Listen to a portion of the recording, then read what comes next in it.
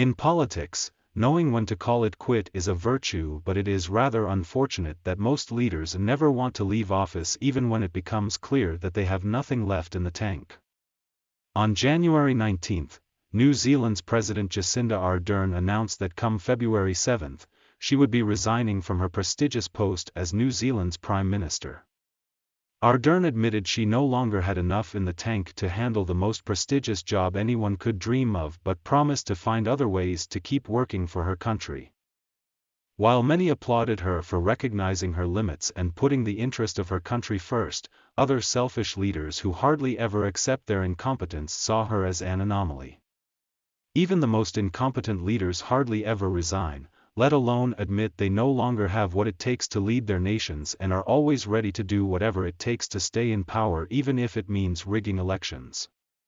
In Zimbabwe, Robert Mugabe's 30 years of leadership ended up plunging the country into serious inflation, high cost of living, famine, and staggering poverty. Despite his incompetence, age, and health complications, Mugabe refused to leave office until 2017, when his party member ousted him at age 93. In Cameroon, Paul Biya has been in power for over 41 years.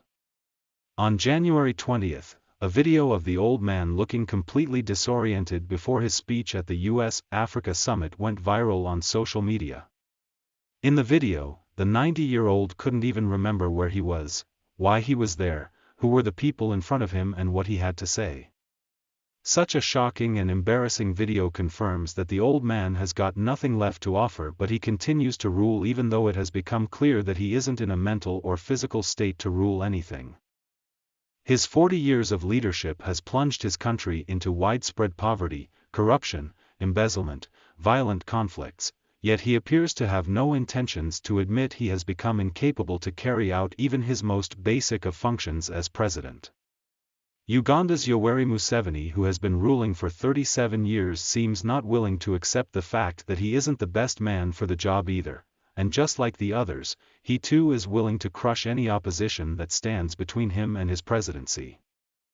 The same can be said of Equatorial Guinea's Theodore Obiang Nguema, Congo's Denis Sassou, and the list could go on and on.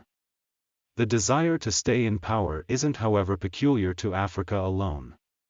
In 2021, former British Prime Minister Boris Johnson refused to resign in the face of countless humiliating scandals, while in the US, we saw how Donald Trump desperately tried to stay in power after losing to Joe Biden.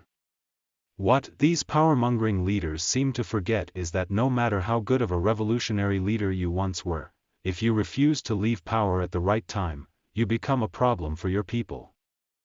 Like Trevor Noah said, it's good to leave when your ratings are still high. Thanks for watching, and please subscribe for more videos.